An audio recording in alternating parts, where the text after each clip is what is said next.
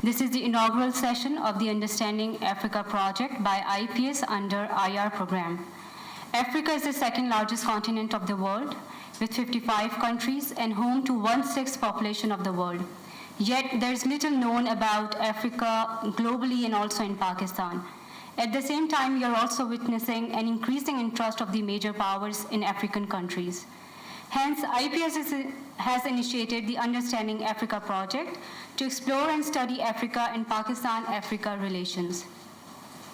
This roundtable has been organized to gather insights, analysis, experiences on Africa and Pak-Africa relations, and to brainstorm ideas for reviving Pak-Africa relations as well as research and studies required to understand Africa. The roundtable will be chaired by Ambassador Tajamul Altaf Sahab. As a former ambassador, he has served in Tanzania and various other countries since 1982 when he joined Foreign Services. Currently, he is Senior Research Associate at IPS. His last assignment in the Ministry of Foreign Affairs was as its Additional Foreign Secretary. He has held several eminent positions in the past, including Director General for OIC at MOFA, Director at Foreign Services Academy, Director at the Ministry for Europe, Afghanistan, Southeast Asia and Pacific, Economic Cooperation Organization, Central Asian Republics, as well as for National Assembly of Pakistan and Senate Affairs. He also regularly delivers lectures at foreign universities in Czech Republic, Turkey, US, etc. Now, I would like to introduce our esteemed panel. We have with us Dr. Najam Abbas on Zoom. Dr. Najam Abbas is a senior fellow at East-West Institute focusing on Central and South Asia. He analyzes security issues in South Asia as well as human development in Central Asia. He has worked on improving higher education institutes in Central Asia as outreach and training coordinator at University of Central Asia at Farouk, Tajikistan. He has also worked with ISSI, especially on the project of Afghan crisis implication for Pakistan with ISSI. His wide professional experiences also highlights him as an editor for Central Eurasian Reader, a biennial journal of critical bibliography and epistemology of Central Eurasian Studies, and the Journal of the Independent Studies and Research. He appears regularly on international news channels. Then we have Dr. Tohir Al-Yamin. He is the Associate Dean at Center for International Peace and Stability, NUST. He has 3 books to his name on the evolution of nuclear South Asia, CBMs in cyberspace between Pakistan and India, and Pakistan's peacekeeping operation in Somalia in 1992. He has also been the fellow of the Cooperative Monitoring Center, Sandia National Laboratory, SNL, USA. He retired as a brigadier and has a varied experiences of command, staff, and instructional experience. Besides NUST, Professor Yamin has also taught at the Pakistan Army Command and Staff College, Quetta, the National Defense University, Islamabad, and National University of Modern Languages, Namal, Islamabad. Then we have Dr. Bakr Najmuddin. He is head of Department of Peace and Conflict Studies at CIPS NUST. He has wide interests, including the EU politics, global politics, African politics, issues of European Muslims, regionalism, developmental studies, theories of IR, Islamic studies, Islamic peace studies, minority issues, and Islamic and Western philosophy.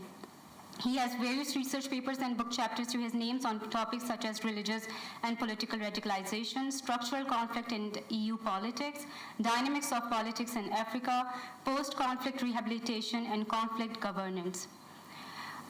Mr. Naufal would like to have the honor to introduce Dr. Bashir Bahar. Then I would introduce Mrs. Farzana Yaqub. Actually, my colleague Kalsum wasn't able to find your profile in English on the internet, so I said he is an Arabic scholar. But I will be happy to introduce my friend Dr. Bashir Bahar. I've known him for the last 20 years at least, studying in different Pakistani universities and permanently settling here on student visa for, I think, more than 2 decades now. He has a PhD in mass communication from Khartoum University, but before that he has done a master's in mass communication from Karachi University, MS in mass communication from Islamic University, and another master's in translation. And he's a very fine Arabic journalist, writing for a number of websites, news websites, and newspapers across the Arab world. He has a rich experience in the development sector in both Pakistan, Afghanistan, and Africa. Also, recently, I think he has joined, I think he has also worked in different diplomatic missions as well, including Bahrain Embassy, probably, or Qatar. Yes, Bahrain Embassy, yes. So, a very rich, diverse experience. Definitely. And now finally he is here in Pakistan on work visa. So the student visa era has concluded, but all children of Dr. Bashir Bahar were born here during his stay in different universities. So. That's amazing. Thank you. Last we have Mrs. Farzana Yaqub. She is a former Minister for Social Welfare and Women Development, Azad Jammu and Kashmir. She is also advisor to Center for Strategic and Contemporary Research, Islamabad, Pakistan.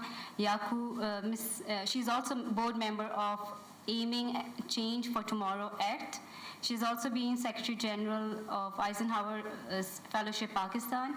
She is also member of Civil Advisory Group UN Women Pakistan, and also Young Global Leader 2017, nominated by World Economic Forum. Her area of expertise are conflict and gender empowerment, and another feature in her cap is that, feather in her cap is that she has recently founded Center for Asian African Studies.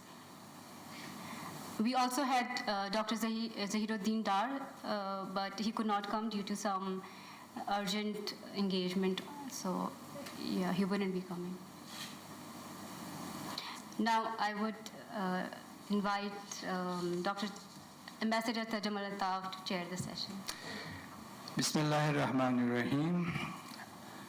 Thank you so much, Kalsoom Bilal, for setting the tone of today's seminal interactive brainstorming session on Understanding Africa project. I hope Honorable Khalid Rahman Sahab will allow me to speak in 2 languages at least for the sake of comfort and ease of communication, because we are going to enter into uncharted territory of the African continent. I am pretty sure that our distinguished guests, Dr. Bakr Najmuddin and Dr. Bashir Bahar, are fluent in Urdu, and likewise Dr. Najm Abbas is of course from the soil. So it will be a very good interactive session if you allow me to switch over to Urdu and English simultaneously to make this discussion really interesting and forthcoming. Africa, as has been pointed out by Kalsoom Bilal, is an unknown, uncharted territory which seems to be an enigma, Sawaliya Nishan.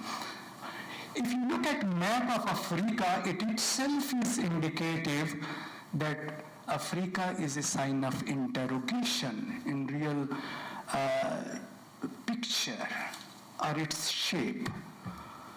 And it remained a dark continent for centuries and centuries because of their tribal culture and whatnot. And then subsequently, its history is also most of the time unpleasant or made unpleasant because of certain obvious factors. लेकिन इसके बावजूद जो बात समझने की है वो ये कि अफ्रीका में बहुत ज़्यादा पोटेंशियल मौजूद है. बर्याज़म अफ्रीका के अंदर पोटेंशियल को समझने के लिए, इसकी स्ट्रेटेजिक अहमियत को जानने के लिए आज का ये हमारा सेशन, जो कि इस पूरी गुफ्तगू को लेके चलेगा रिसर्च की तरफ, जैसा कि हमारे लिए अनचार्टेड टेरिटरी है, हम ज़्यादा जानते नहीं, और यही बदकिस्मती रही कि किसी तरह से भी मुख्तलिफ जगहों पे जहाँ पे पॉलिसीज़ बनाई जाती थी या पाकिस्तान की अफ्रीका पॉलिसी या पाकिस्तान के ताल्लुकात अफ्रीकी मुल्कों के साथ, उसमें भी खासे गैप्स नज़र आते हैं. لیکن اس کے باوجود سمجھنا یہ ہے کہ ہم کہاں کھڑے تھے، کہاں ہیں، اور اس میں ریسرچ یا تعلیم کے حوالوں سے کس طرح سے کام ہوا یا نہیں ہوا یا کیا ہو سکتا ہے، اور کس طرح سے آئی پی ایس کے اس پلیٹ فارم کو ہم کیٹلسٹ کے طور پہ استعمال کرتے ہوئے آگے چل سکتے ہیں. Having said that, as I said, Africa has got enormous potential and strategic importance. It is not surprising for anyone that it has got a collective GDP of more than US $3.4 trillion, according to calculations of 2018 and 19. And it is an import market of 500 billion plus US dollars. And this land, this entire continent is rich in natural resources, oil and gas reserves and new oil discoveries, which make Africa, quote unquote, world's storehouse of strategic raw materials. And this were also the main reason for the colonial powers to come and colonize this land. Africa has got a number of developed economies, I must say, and at the same time the fastest growing economies. Their number comes somewhere between 20 to 30, those which have already developed and the fastest growing 15 economies. And then, of course, we are looking opportunities in Africa, whether it is in the form of political, economic, strategic, people-to-people contacts, research, and in broader economic terms, a strategic community, how it could be formulated, and vast, enormous opportunities in the Africa continental free trade area. So all these are just a few examples to be taken care of even in our research projects. It is known to everyone that the three largest commercial partners in the subcontinent, you may disagree, you can come up with your own opinions, are China, the European Union, and the United States of America.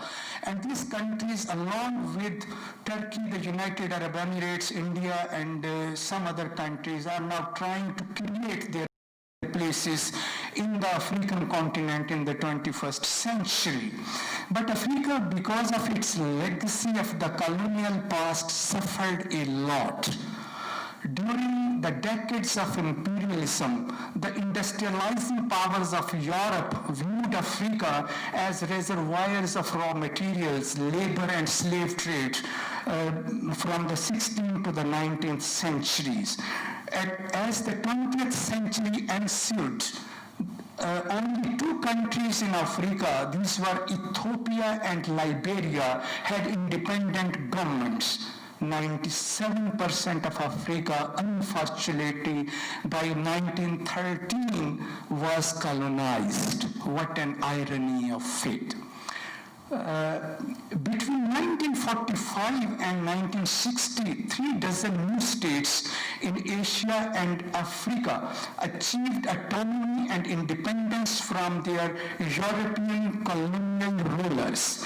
Pakistan wholeheartedly extended principled moral, material, and diplomatic support to freedom struggles and the right of self-determination to the people of Africa in the 1950s and 1960s.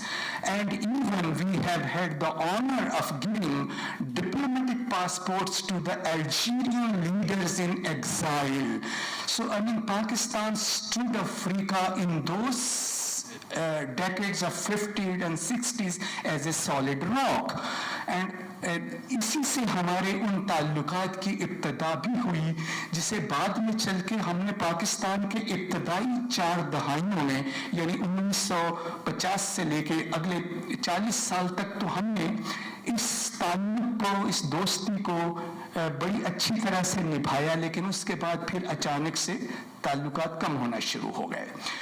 Well, Africa is the continent of future.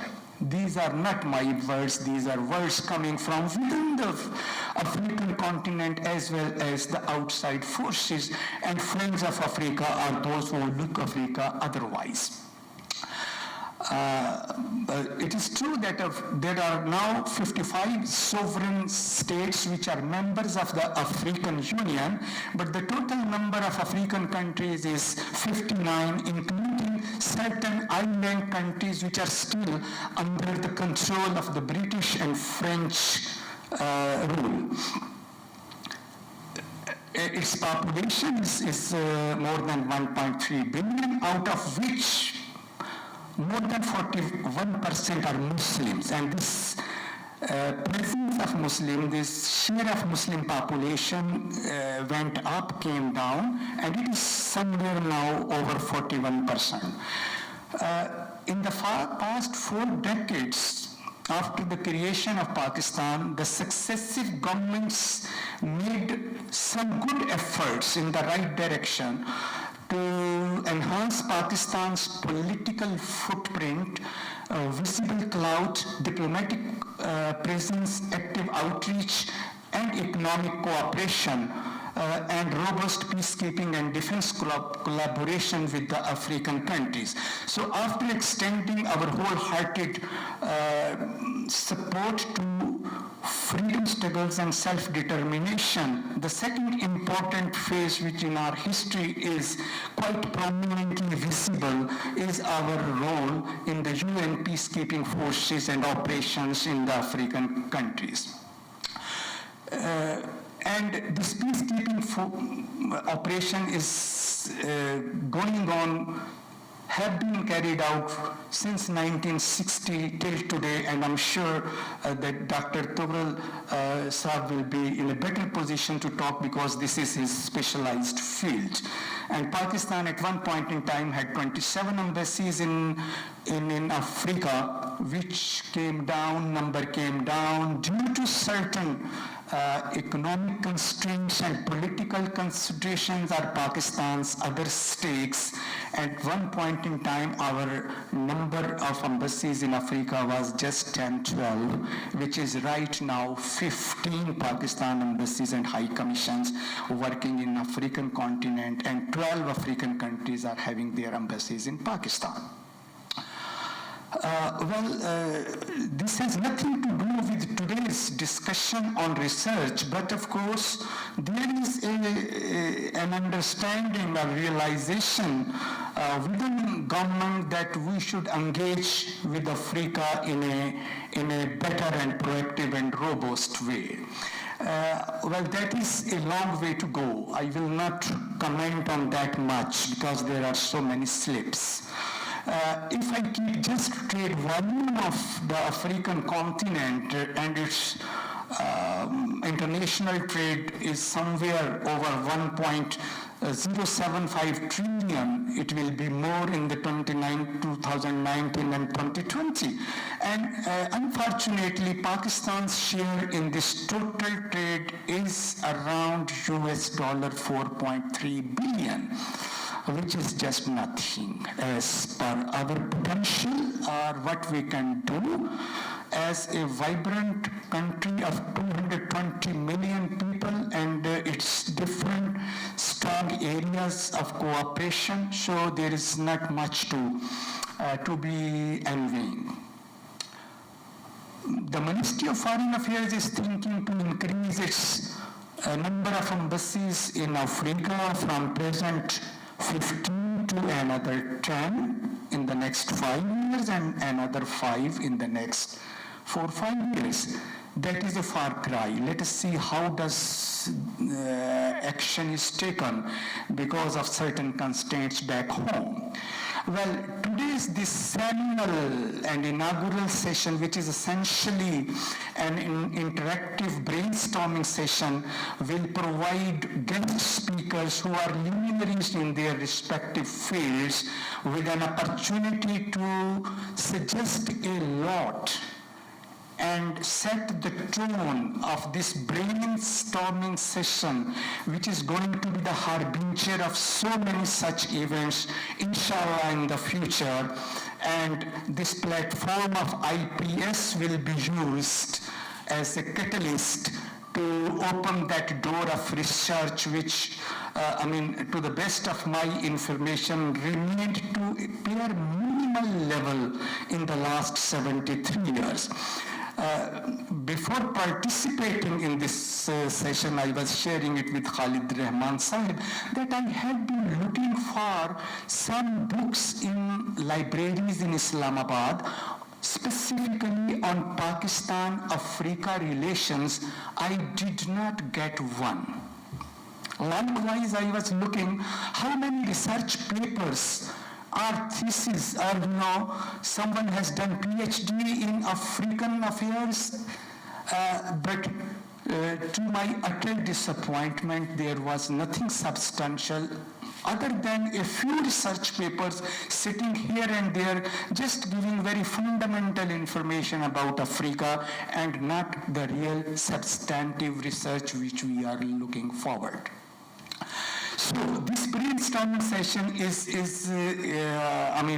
I am opening this floor for ideas pouring in from which we can make the best use, and of course other options and proposals how these learned distinguished panelists can come up to suggest some research areas are under the supervision of academia, scholars and experts using the platform of IPS can move forward to carry out serious research on Africa and vice versa. And I'm sure it will be an opportunity for this research institution also to engage with research institutes and think tanks in African countries, those who can collaborate with us and come up with their brilliant ideas, so that it should be a two-way traffic from which we should be benefiting enormously. So we will be looking forward to have your brilliant ideas, views and comments, proposals and recommendations, so that the seminal session could lead us to explore the unfathomable depth of Africa as a continent and the countries with whom Pakistan has already established diplomatic relations, and also focusing on the Muslim bloc in Africa, which of course is going to set a better understanding and way of communication between IPS, our stakeholders, policymakers, the Ministry of Foreign Affairs, and on the other side, Africa as a huge continent. Thank you so very much for your patient listening. अब मैं दोबारा से आपसे इस गुफ्तगू को आगे लेके चलने की बात जिस तरह से फ्लोर आप ओपन करना चाहें, बहुत शुक्रिया. Now, I would like Dr. Bashir Bahar to give his insight on the topic. Our people from different countries of Africa, and now the question is we have to ask ourselves what we have gained, what we have achieved from those students graduates from your universities and return back to their country. What's the connecting between you and them? What's the way of how we get the advantage to mobilizing them to make them in such way in return to you to make you facilitated your intention, facilitated your long strategies to what you can say, to avoid that gap of barrier and open the door for you to come into Africa and so on. It is very nice you selected this very valid, very dynamic title, connecting with Africa. Why connecting? Because this is an era of globalization, opening the air for anyone. I don't want to say I disagree with Mr. Ambassador, that is Africa is in dark or in depths unknown for others. This time is not for this saying. You have to come there. You have to discover us. We are everywhere. Whether we embossed coming in trade, slavery, or we are coming to connecting our country with others, we are not become as unknown. We are everywhere, our people everywhere, in Asia, even in Pakistan, our people, they are there, as you know, in South and Balochistan and so on. So, connecting means you have to build the way of communication between you and an African people. Part of those, as we are as international students coming here, maybe we are more than 3,500 from several countries of Africa. We are here right now. Yes, right now. And we used to come here since maybe in earlier 80s for different, what you can say, different cities. We are here to learn, we are here to develop ourselves and return back. And I am sure many significant amount of students now, they are in highly position in different country in Africa.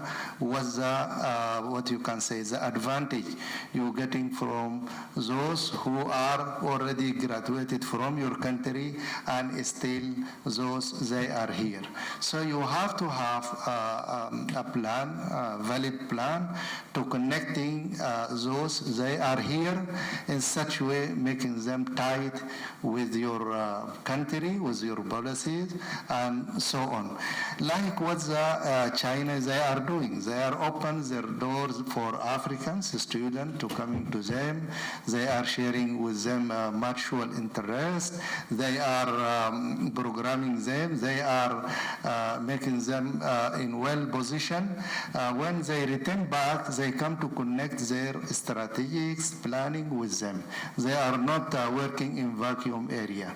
They are already, what you can say, training the students, those coming to them, and making them as a messenger in Africa. So international students, this is the first step for you because they are here. They are not cost you more. You go to Africa and you ask how you invest, how you settle your embassies or whatever.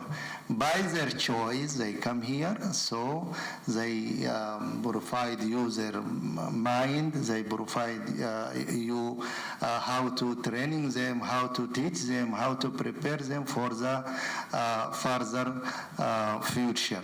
So please notice that those international students, I mean Africans coming here, just you have to tell your people, authorities, whatever, to deal with them in such a way, taking their benefits when they return back as well as for you. This is a mutual interest, as you know.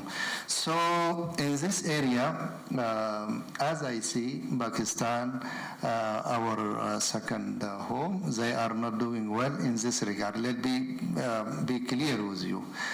So many complications an African students they are facing, not to raise, not to anything, but to how to facilitate the environment, making those students really be your messenger, really be your representative if they return back to Africa. You have to care about this so much, and this area is so what you can say is still a lack of information between students, African students, they are coming here, and between your authority. That just the students coming here in hundreds number, even in thousand number, and still you training them, they are graduated from here and just disappear without any planning to make them tied with your country and so on. So I am sure those that are coming here by their choice, they grow physically in Africa and not need from you in this regard more. But when I come here to learn, it means learning process means you have to prepare me. You have to take my mind to make me a tool of mutual interest in our future, near future. So connecting means connecting people to people, as you know, business to business, government to government. Those students who is coming here and learning and graduate from your university and return back, those you are real invest. Those you have to invest on them. You have to train them. You have to tie them with your what you have to in intention to extend to Africa. I am in this area of education learning process with those an African international student coming to Pakistan. Please care about them so much, like the Chinese doing, like India they are doing. So as I see here, we are coming and learning and just disappear without you getting the benefit of our presence here. So please, this I am not make this what you can say my tips in such a very good way. And as I see, this is area is so important and you have to care about it. The international students coming from our beloved continent coming to here, please modify your plan. Please tie your what you can say strategies to connecting them with for further benefit. And thank you, and may Allah make it everything in proper way. And for the first time, as we were told. The Pakistani ambassadors who are working in different African countries, they were invited to come and share the details of the countries that they were working in, and also the associated countries which were being served by those embassies, because Pakistan has only, I think, around 15 embassies which are catering to around 54 to 56 African countries. So they had this envoys conference, and then they also had the private sector come in and discuss as to how Pakistan should be connecting with Africa. Pakistan also plans to open up a few more embassies in the African continent, and currently they are studying which countries should be the top 5 for opening up the Pakistani embassies, and then they plan to make at least attempt to cover as much of African countries as is possible. Why is Pakistan wanting to do this? Is because the continent of Africa is an emerging market where Pakistan does not have any footprint at all. China and India have very strong footprints in Africa. Culturally, we feel that Pakistan is more connected to Africa than most probably other countries because of our coastal belt communities, but particularly our Shidi tribes and the people living in Balochistan and Sindh. Considering that we could dig out, and I'm sure we do have historical ties, and then having those strong ties, we should start working towards connecting with different countries. We should not be looking at Africa as one block. Every country has its own nature and its own culture and different languages. So it is a beautiful bouquet that we need to address individually as well as a whole. Just as Ambassador Tajammul said, that we hardly find any kind of research work when it comes to Africa. It was also noticed that in the private sector, we do not find any institutions that are working towards any kind of connectivity with any African country. And so Center for Asian and African Studies was the only private sector organization which has Africa in its name and plans to do this work, which just shows that Pakistani policymakers, Pakistani businessmen have not really approached a huge, tremendous market. We have a lot of competition in Europe, which is but we still push for Europe and America, these countries which are already full of imports from every country. And we need to look for new markets, and Africa is that market. So we don't only have to work at the African side, we also actually need to work within Pakistan, that the people can understand why do we need to do this, and what kind of initiatives should we start so that people can start connecting and benefiting mutually. We cannot follow the colonial plan of extracting benefits without really giving back to the people. That model might have served the colonials, but it cannot, and it will not serve us. And so looking at the mutual benefit is that what can Pakistan take from Africa and what can Pakistan give to Africa. It could be our medicines, it could be our clothes, any and everything can be bought and sold, because Pakistan itself is a huge market. We forget that we could be saving a lot of our foreign exchange if we were able to find good quality products from within Africa. We could get competitive prices. So that is why we shouldn't have this look Africa policy as just that our business is going there. No, we should be planning to bring in African businesses, and that is where what Mr. Bashir Bahar suggested is so important. That even if Pakistan is unable to send ambassadors to all the African countries, and this is what we had suggested in the Foreign Office meeting, that the alumni of Pakistani universities, which is now currently residing in African countries, and they have progressed and they have reached at the pinnacle of their professions, we should connect with them. Alumni of Pakistani universities can and should be our ambassadors, and that is extremely important to galvanize this activity of connecting with Africa. There were quite a few different suggestions that we had provided, alumni being one, people-to-people contact, starting some research within the universities of Pakistan about Africa, and also like business, the business chambers of different countries connecting with Pakistani chambers of commerce.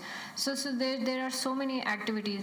Our defense production depot is also very actively engaged in Africa. They're also working, Air Force, Navy, all of them have not only connectivity but actual good working relationship. they're working in silos.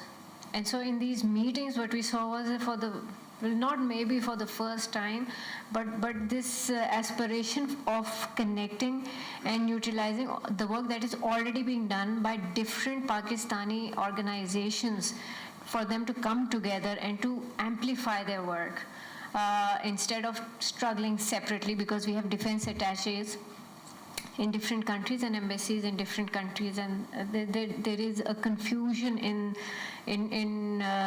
the vision and also in the basic implementation plan as to how we can maximize not only our presence but also to extract maximum benefit at both ends. And the last suggestion why Africa is so important is that all these countries have votes in the United Nations, and we struggle every time for Kashmir. We need these votes. These countries are extremely important, and we must lobby with them. We need Africa Bloc to help us and support us in our United Nations activities, to help us in our resolutions, and of course, we should be doing the same for them as well. Thank you. Thank you, Mrs. Farzana Yaqub. I think you have made a very powerful statement. Able to articulate myself quite eloquently, talking in front of these erudite minds. I will do my best to speak very quickly, though I know I will be taking much of your time. Let me begin to say this, and in a very honorable and very polite manner. At the very start of this seminar, the ambassador did mention that Africa is an uncharted territory, which I humbly want to reject that opinion. I'm being a student of history. I do know that Africans have been flogged and flogged and flogged and flogged so many times. So the whole notion or discourse that Africa is an uncharted territory, I don't think in the 21st century it carries any weight. Having said that, I think Ambassador, I am sorry, we are become 2 on 1. So make yourself ready for that. I am sorry, we are not in planning, just we are rushed by idea. I would like to defend. Yes, okay. Welcome. I think he was speaking in the context of English literature. Rural comrades. Secondly, I think we have adopted this reductionist approach to Africa by only looking at Africa from the lens of market, which ought not to be. And when you start looking at Africa from the point of view, as Wallerstein mentioned, that the world is being divided into 3, the core, the semi-periphery, and the periphery. For a very long time, the African continent and some part of Asia, even Latin America, was considered as part of the periphery. Again, if we continue saying that in the 21st century, it means we are simply swimming in the ocean of colonialism. 3, I believe we also have to move away from the monolithic treatment of Africa. There should be some understanding, and which, of course, I do agree with Ms. Favela, that we ought to adopt a kind of transactional relations with Africa. It mustn't be that peculiar market-oriented. For example, we have CPEC, which is a very wonderful project. But something is connecting Nigeria, for example, or Africa, particularly the east of Africa and some part of West Africa, along with Pakistan, and I would explain that. I'll mention 2 or 3 points here. We have the Arabian Sea, if we begin with Gawada, connecting to, because since Gawada is situated along the Arabian Sea flows into the Indian Ocean, or what we can refer to as the Afro-Asian Ocean. Then we have by the south, in the west, the Gulf of Guinea. And when you come down to the Horn of Africa, we have the East African country, which is becoming so prominent for the very fact that oil is being discovered in all of these countries in East of Africa. So Pakistan as a country, we do have a stake in the Afro-Asian Ocean, which is called Indian Ocean. And in the same way, the oil of Nigeria or Mozambique, Angola, and all of those countries that are oil-rich countries, they do pass through the Afro-Asian countries.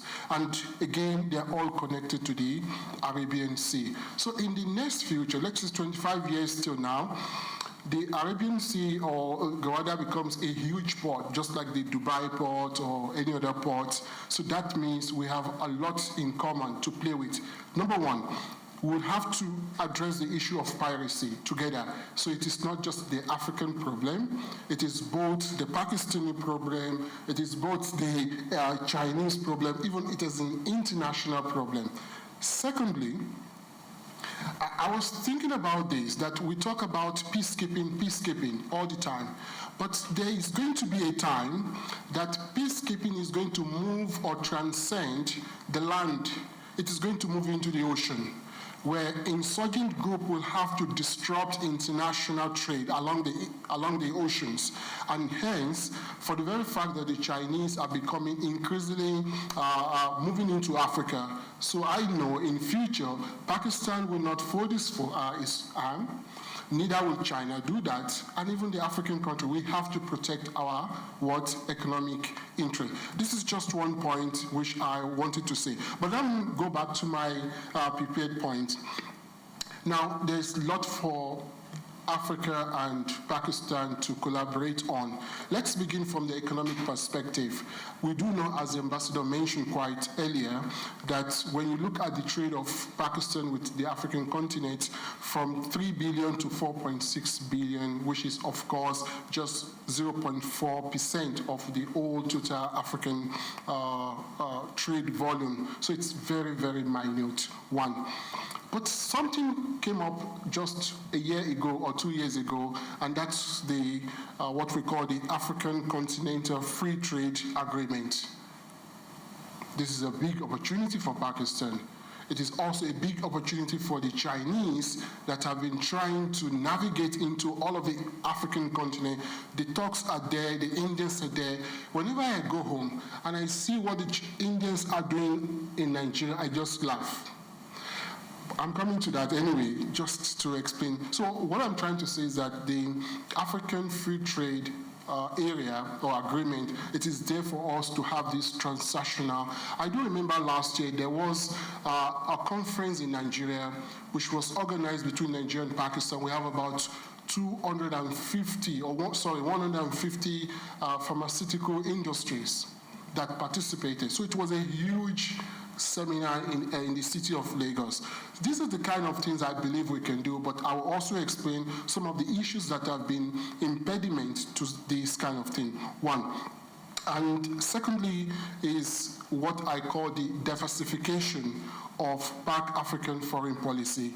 For a very long time, we have been so concerned about peacekeeping in Africa since 1960. Pakistan was the very first country that went to Congo, blah, blah, blah, all of those things. But again, my question is this: what has been the goodwill? Okay? When you look at most countries where Pakistan is having its peacekeepers, what is the goodwill? What are you getting from that? So one thing is that we have to recraft our foreign policy, particularly the peacekeeping foreign policy, to an extent that Pakistan should not reduce itself just to peacekeeping. So what is the goodwill you are getting from the peacekeeping? For example, we have opportunities in engineering sector. I remember those days when we were kids, we have these Ahmadiyya hospitals, but not as the Ahmadiyya ideology, but Ahmadiyya as a representative of Pakistan in different African countries. So Nigerians or African would not look at Ahmadiyya Hospital, which was very efficient. They wouldn't look at it from an ideological perspective. They're looking at it as, oh, these are Pakistani contributing to social development. Similarly, we have what we call the Ansar al-Islam schools. So there was a huge competition in the 50s and 60s of missionaries schools. So the educationalists coming from Pakistan to different parts of Africa, particularly in Nigeria, they did contribute to this academic setup. And so it was actually, then in my opinion, it was diversification of Pakistan foreign policy in African setting. Now, because of the time, I believe there are certain issues we have to contend with. The first and foremost is that for a very long time, I've been a student of history, political science, and international relations. The old bunk of the universities, I do relate with many professors, but we're so Euro-America-centric. You look at all of our research, Pakistan, US foreign policy after 9/11, Pakistan-Afghan relation after 9/11, Pakistan-Chinese relation after 9/11. Now the trend is changed. Pakistan, Chinese, CPEC. See, it's like when a dog barks, then we start writing on dog barking. When a bird crows, we start writing on crowing. That's just the kind of mentality we have even in our university. So again, we have to diversify even in our academics. And I agree with you on that there is no single book written on Pak. I know there was one beautiful article written in the 1980s by a Pakistani, which was published in, I think, in Pakistan Horizon. And that was the best of article I've ever read on Pak-Nigerian relation, for example, which talks about the good relations then. So we have to diversify our academics from the Euro-American centric. Number two, I believe Pakistan is living in the past. I'm very sorry to say this. There's been a huge disconnect. Why is it so? It is because of the reality I saw in my own continent, particularly in my country, where you see the Indians, the Chinese, the Turks, the Koreans. So Pakistan, I think, is not ready. Very frankly, sir, we are not ready to have that transnational relations with Africa. Like, that's the reason why I said we are still living in power. Yes, we might have contributed to the independence struggle of so many Africans. Fine, it is very good. I remember then one of the most prominent politicians in Nigeria, Saldana of Sokoto, who came to Pakistan in the 1950s, and it was a huge diplomatic feat for both Pakistan and Nigeria, whereby we came for assistance in terms of the judiciary, setting up of the judiciary. So Nigeria was about becoming an independent country. So a lot was done then. So we have to stop living in the past. Three, and the most important one, is a cultural disconnect. If we don't treat this is like the cancer. And I believe when you speak to the businessmen, I've done a research on why Pakistan businessmen are not doing much trade. For example, Nigeria in 2018 was regarded as the #1 economy in Africa, followed by South Africa. But what is the trade volume between Pakistan and Nigeria? Just between 400 or 500 million. If I'm a rich man, I think I can also do the same kind of business, 400 to 500 million. So it's a very huge amount. So we have to, again, liberate ourselves from this cultural yoke. And lastly but not the least, which I also agree with you, is that even in our University of Modern Languages, we don't have African language. We don't have African language. Unfortunately, though at some point in time in the continent of Africa, we were thinking of having Swahili Arabic as the African continental language, but that was pushed off. But still, the thousands. I give you one good example, sir. In 1983 or 80, a Nigerian won the Nobel laureate for literature, Professor Wale Soyinka. His book has been translated to almost 83 languages across the globe, and the book is used as one of the textbooks in Punjab University. But the question is, aside from Punjab University, do anyone in Pakistan know who is Wale Soyinka? I used to text my students that, number one, tell me how many African countries do you know? And I can beat my chest. The only African countries they know are those that they play cricket with. It's like, my God, what's happening? That we don't even understand it. So, this is a reality. Lastly but not the least is the Area Study Center, I think, which we have to increase, though there is one in Qayyim Azam University, but I am 1 million sure, that nothing in Africa, except for North America, which they focus on. So thank you very much, sir, for my... Thank you, Dr. Bakr Najmuddin.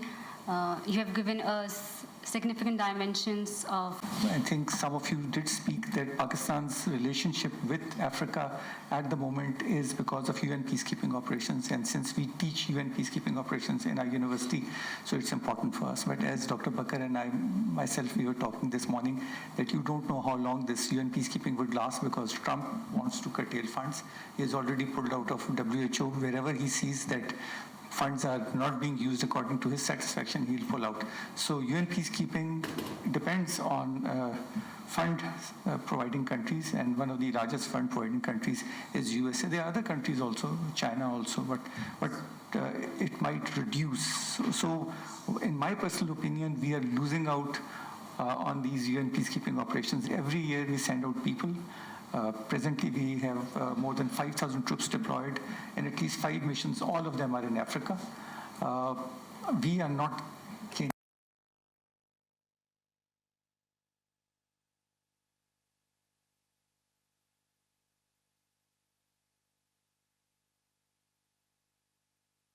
on their regimental messes and all that stuff, but that's the end of it.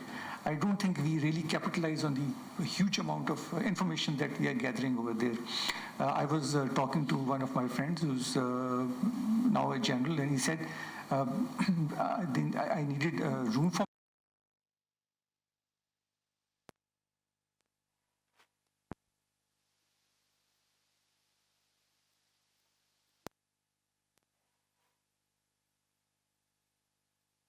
to tell FWO or other construction companies to go to Africa.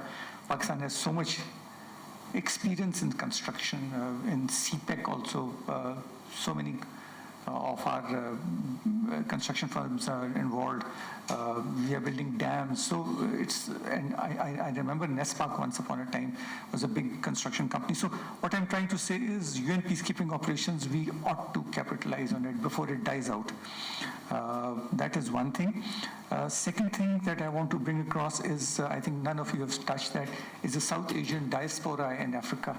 There are many people of South Asian descent who are living in Africa. People who went there as construction workers, as with the British military, with British construction firms who established businesses over there. I remember as a child in my school in Peshawar, we have people from Gujarat, Kathiawar, who we used to call Tanzanians because they were Muslims and their parents had sent them to Peshawar in our school to study, and they were just known as Tanzanians. And I don't know where they disappear. I really don't know. Karachi. They live in Karachi, yeah, okay. Yeah, 6 to 8 lakh Tanzanian Africans.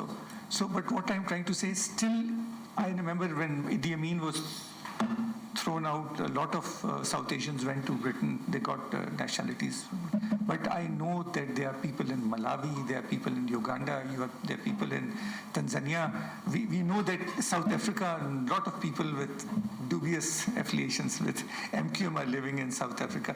So there are people whom we can tap and for connectivity issues. I think that's a great need to do that. Then we talked about the Pakistani contribution to the freedom movements in Asia, in Africa. And since I wrote the book on Somalia and my unit participated in peacekeeping operations in Somalia, I know that Pakistan sent a delegation to commemorate the Somali Independence Day in 1960. Now Pakistan does not have an embassy in Somalia. It's a shame. I hope our colleagues in Foreign Office will think of Somalia, the Horn of Africa, as a strategic location in the world affairs, because all the sea lines of communication, all the oil routes pass through the Horn of Africa. And today in Djibouti, there are military establishments of the US, France, Britain, even Saudi Arabia and China. India as well. So we contributed to the Somali independence. We even sent military trainers to Somalia to train them during the Ogaden War. And when my unit landed in Somalia, the chants that you used to hear on Somali streets was Pakistan, Somali, Walal, Walal, brother, brother. So now they don't even speak to you because they think that you played the American game. So I think we need to, Turkey is building hospitals in Somalia. UAE is very active in Somalia. Somalia is a very, very important country. And as somebody mentioned, there's offshore oil also there, and they're discovering oil. There were also, once upon a time, some discussion about uranium being found on Somali soil. The only thing that we discuss about Somalia is the drought and famine and other things. We do not discuss about the riches that are buried under the waters or under the earth, so under the soil. So these things we have to recapture these areas. With Nigeria, we have got very strong military relations. I don't know whether you know it or not. Every year, so many Nigerians come to SIPS and NDU, and the largest number. So we have a very good relationship with some African countries in terms of military training. We have actually established the Zimbabwean Air Force. We have established many of their military academies, training institutions. So there we have, but as somebody, Farzana Sahiba said, we are operating in silos. That should actually permeate into the civil sector also. About the anti-piracy thing, Pakistan Navy is part of two task forces, Task Force 150 and 151, and they are both supposed to be counter-terrorism, counter-piracy. So it's not that Pakistan is not involved in counter-piracy operation. They are there, but that can be improved. We can go to Namal. We can speak to General Jafar. He's from my unit. And we can tell him that why can't we have Swahili or other languages being taught in Namal? Because I know that peacekeepers who are sent abroad in Francophone Africa, they go to Namal to learn French, but not Swahili, or I don't know. There are so many Swahilis only on the west coast or east, so nearer to our areas. But we can talk to him. Maybe he can agree to, when I have an African gentleman with him, perhaps he can agree to, yes, I agree. Namal should be teaching. There's so many Somalis over here. I don't know which language. Number of foreigners, students, they are Somalis. Yeah, I know that. Yes. There's a young Somali boy who came to meet me also, and he said, come with me to Bergesia or something. We are having a book fair. I said, I don't know whether I can go there because after that Corona happened. So there are many things that can be done, and apart from defense export or other things. So that's all from my side, Kulsum. Thank you very much. Thank you, Dr. Tohran, for highlighting some significant points on peacekeeping, African diaspora, and for an overall insightful overview. इसलिए आपकी इजाज़त से, अपने दोनों दोस्तों की इजाज़त से और नजम अब्बास साहब की इजाज़त से मेरा ख्याल है कि सबसे पहले तो मुझे आप सबका शुक्रिया अदा करना चाहिए। और जैसा कि आपको बताया गया था और आपने नोट किया होगा कि हमारे जहन में इस पूरे सेशन का मकसद ये था कि एक तरह से हम अपना एजेंडा चाक आउट कर सकें, यानी ये चीज़ कि हमने अफ्रीका पे काम करना है اور پاکستان افریقہ ریلیشنز کو امپروو کرنے کے لیے جو کچھ ہو سکتا ہے وہ کرنا ہے. یہ تو آلریڈی ایگریڈ اپون ہے, ہمارے ایجنڈے کا ایک حصہ ہے.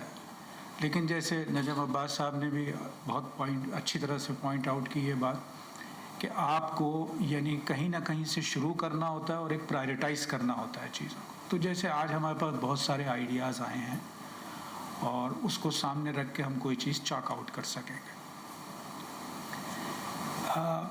ٹاپک پہ اگر آپ غور کریں تو اس کے دو بڑے اہم حصے ہیں. پہلا حصہ تھا آپ کا کنیکٹنگ ود افریقہ اور دوسرا تھا پراسپیکٹس اینڈ اپارچونیٹیز. میرا خیال ہے اگر میں پراسپیکٹس اینڈ اپارچونیٹیز کے بارے میں یہ کہوں کہ دنیا کی کوئی سچویشن ایسی نہیں ہوتی جس میں پراسپیکٹس اور اپارچونیٹیز موجود نہ ہو. ہر سچویشن میں ہوتے ہیں. اصل میں تو اس پہ کیپٹلائز کرنا پڑتا ہے. جو آپ کے پاس بائنڈنگ فورسز ہوتی ہیں یا فیکٹرز ہوتے ہیں اور اس سے بچ کے چلنا ہوتا ہے جو بیریئرز ہوتے ہیں جس کی جانب نجم عباس صاحب نے نشاندہی کی. تو اگر ہم یعنی اس سچویشن کو جو آج کی ہے اس طرح لیں کہ اس میں اپارچونیٹیز کی کمی نہیں ہے اور بہت سے پراسپیکٹس موجود ہیں جس کی جانب آپ نے نشاندہی بھی کی ہے. دوسرا ہے کنیکٹیوٹی. اچھا, کنیکٹیوٹی کچھ تو نیچرل ہوتی ہے اور کچھ مین میڈ ہوتی ہے. اب ہم کچھ بھی کر لیں انڈیا کے ساتھ تو ہماری کنیکٹیوٹی ہے, وہ ختم نہیں ہو سکتی. یہ نیچرل ہے, فزیکل ہے, اس کو آپ ایوائڈ نہیں کر سکتے. لیکن یہ کنیکٹیوٹی ہونے کے باوجود ہمارے دنیا میں سب سے خراب تعلقات انڈیا سے. اس کا مطلب یہ ہے کہ فزیکل کنیکٹیوٹی ایک ایلیمنٹ تو ہو سکتا ہے, فیوریبل ایلیمنٹ کسی وقت, لیکن یہ کہ یہ کافی نہیں ہے. اصل میں تو سوشل اور مینٹل کنیکٹیوٹی چاہیے, اور جتنا زیادہ ہم اس پہ فوکس کر سکیں گے اس کے نتیجے میں فزیکل کنیکٹیوٹی کے مواقع بھی بڑھ جائیں گے. تو یہ وہ جگہ ہے جہاں سے کسی انٹلیکچوئل کا, کسی انٹلیکچوئل یعنی ایکٹیویٹی کرنے والے کسی بھی ادارے کا کام شروع ہوتا ہے. تھنک ٹینکس کا کام یہاں سے شروع ہوتا ہے کہ وہ اس سوشل اور مینٹل کنیکٹیوٹی کو کریٹ کرنے کی کوشش کریں, اور اگر وہ پہلے سے موجود ہے تو اس کو اسٹرینتھن کرنے کی کوشش کریں. یہ وہ کانٹیکسٹ ہے کہ جس میں جب ہم نے آج چیزیں ڈسکس کی ہیں تو میرے خیال سے اس میں یہاں اویئرنیس کا ذکر آیا. اس اویئرنیس کے حوالے سے مجھے بکر کی اس بات سے بالکل اتفاق ہے کہ ہم پاکستانی بحیثیت مجموعی پاسٹ میں رہ رہے ہیں. We are living in the past, اور جو دنیا میں چینجز آ رہی ہیں ان چینجز کو ہم رسپونڈ نہیں کر رہے. لیکن جب ہم اویئرنیس کی بات کریں تو یہ خود پاسٹ میں جو کچھ ہمارے پاس ایسٹس ہیں جو ہمیں ایک دوسرے کے ساتھ بائنڈ کرتے ہیں, اس کو میرا خیال یہ ہے کہ ریکارڈ کرنا, اس کو ڈاکومنٹ کرنا, اس کو اویلیبل کرنا, یہ ایک طرح سے بہت بڑا کام ہے جو کسی بھی ایسے کسی کام کے آغاز میں اپنا ایجنڈا بنانا چاہیے. تو جیسے فرض کیجئے آج کی نشست میں بھی بات آئی کہ پاکستان نے بہت سے ملکوں کی جو افریقہ میں ہیں آزادی کے لیے کچھ نہ کچھ رول پلے کیا ہے. یہ ٹھیک ہے کہ اب حالات تبدیل ہو گئے ہیں, لیکن اس کو ڈاکومنٹ کرنا, ڈاکومنٹ کر کے خود پاکستان میں اویلیبل کرنا, اور پھر جیسا کہ افریقن کنٹریز میں اس کو اویلیبل کرنا, اس کے لیے ظاہر لوکل لینگویجز میں اسے لانا پڑے گا. اس کے لیے کوئی یہ جو میڈیا کے مختلف ٹولز ہیں انہیں استعمال کرنا پڑے گا. لیکن یہ کہ یہ خود میرے خیال سے ایک پروجیکٹ بن سکتا ہے کہ ہمارے جو ہسٹوریکل لنکیجز ہیں اور اس میں جو کچھ پاکستان نے کنٹریبیوٹ کیا ہے اس کو ہم ڈاکومنٹ کرنے کے قابل ہوں. اس کے ساتھ ساتھ دوسری چیز جو بنتی ہے وہ یہ کہ یعنی جو مینٹل کنیکٹیوٹی ہے, آج کی جو انفارچونیٹ سچویشن ہے وہ یہ کہ مینٹل کنیکٹیوٹی کو شاید لوگ کاغذ پہ تو قبول کر لیں, لیکن اصل میں کنیکٹیوٹی انہوں نے اکنامک ایرینا میں ہی سوچی ہے کہ اگر اکنامک ایرینا میں ہوگا تو جیسے بہت بڑا کام ہو جائے گا, یہی موٹیویٹنگ فیکٹر بنا لیتے ہیں, اور اگر یہ نہیں ہے تو پھر ہمیں کیا دلچسپی ہے.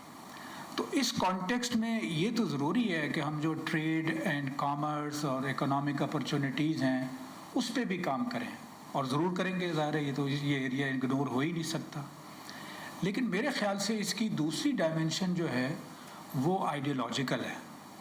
یعنی افریقہ بھی وکٹم ہے پوری گلوبل جو ایک طرح سے پالیٹکس ہے اس کا, اور جو گلوبل پیراڈائم آف ڈیولپمنٹ ہے اس کا افریقہ بھی وکٹم ہے, اور ہم تو ہیں ہی ہیں, ہم اپنے آپ کو بہت بڑا وکٹم سمجھتے ہیں. اچھا, یہاں سے جو پوری گلوبل پیراڈائم کو ایک طرح سے چینج کرنے کی کوششیں ہیں, تو میرے خیال سے یہ ایک بہت بڑا ایریا آف کوآپریشن ہے جسے آئیڈینٹیفائی کرنے کی ضرورت ہے. اور جیسے یعنی آپ نے کہا فرزانہ نے کہ یو این میں سارا افریقہ موجود ہے, 55 کنٹریز ہیں, تو 55 کنٹریز کی ایک اسٹرینتھ ہے, اور یو این کی ہسٹری میں یہ ریکارڈ میں موجود ہے کہ سیکیورٹی کونسل جو ہے اس کی مرضی کے بغیر کچھ نہیں ہو سکتا.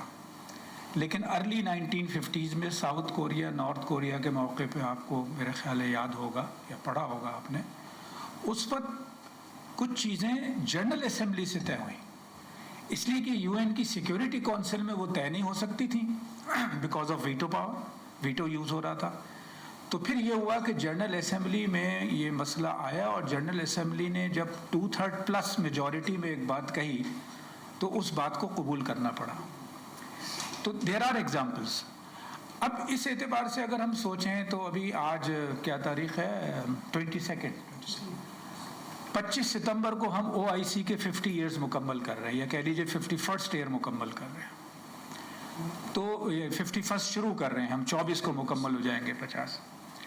ابھی جو 50 سال ہم مکمل کر رہے ہیں, تو OIC میں اگر مجھے اس وقت صحیح فگر یاد ہو تو سارے کے سارے افریقن مسلم کنٹریز تو ہیں.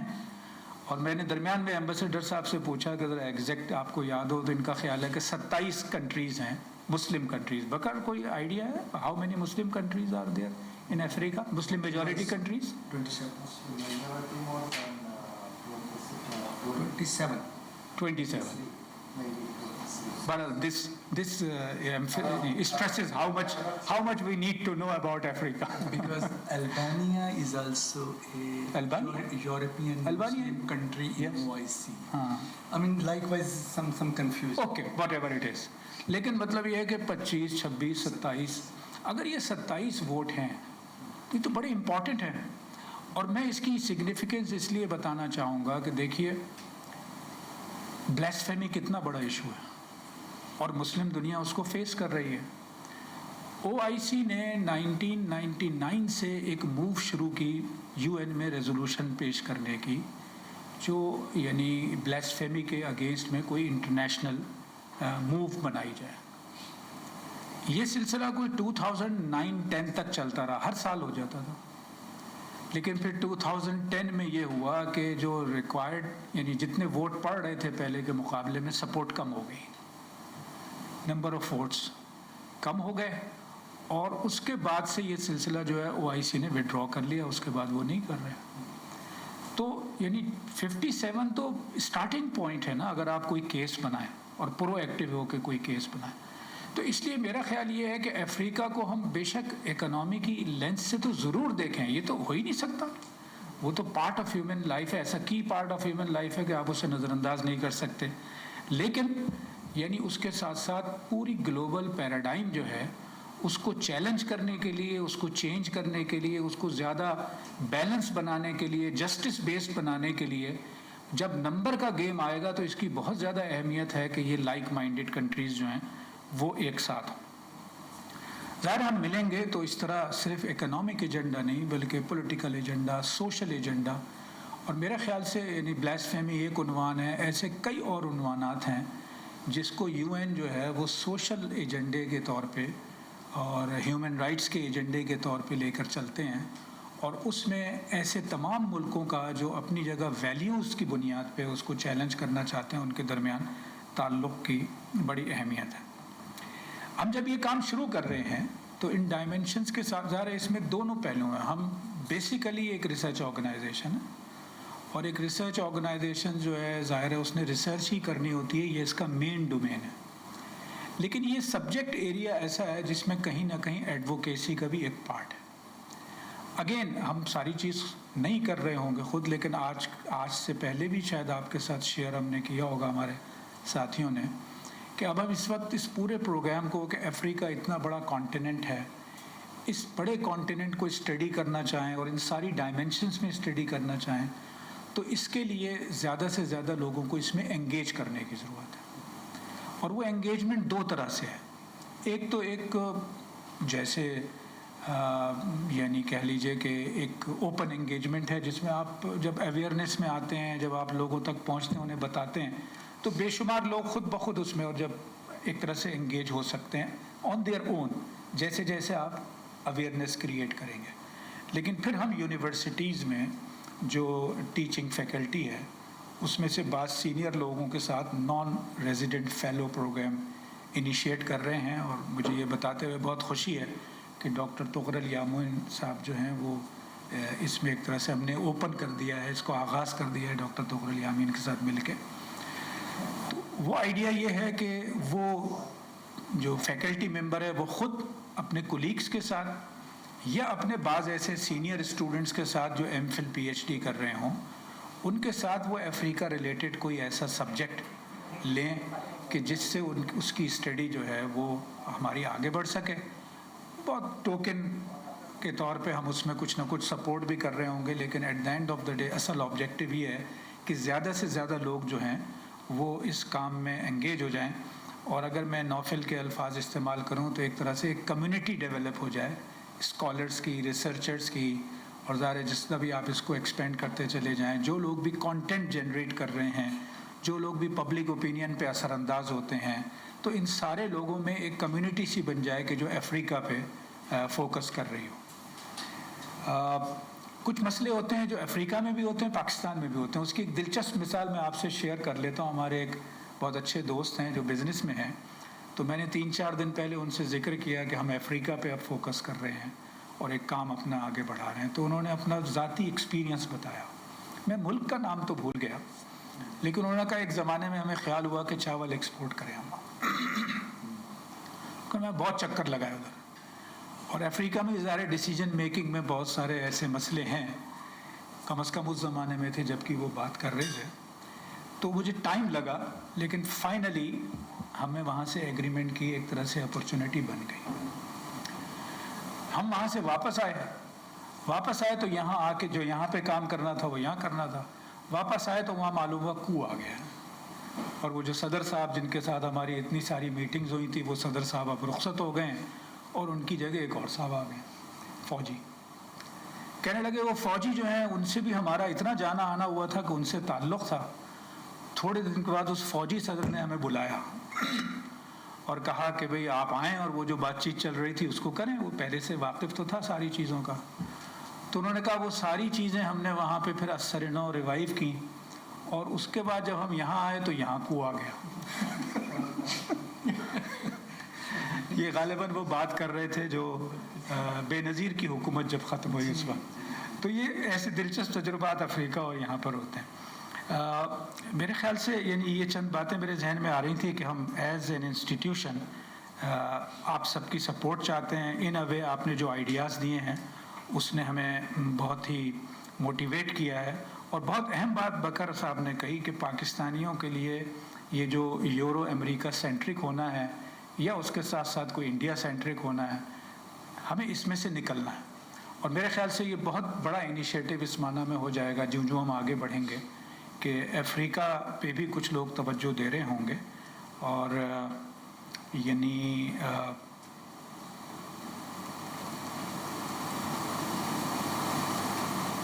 کچھ چیزیں ایسی ہوں گی جس کو ہمیں یعنی وہ شاید یعنی بیسیکلی ایڈوکیسی کے ایریا میں زیادہ آئیں گی کچھ نہ کچھ پروپوزلز بنانے کے بعد.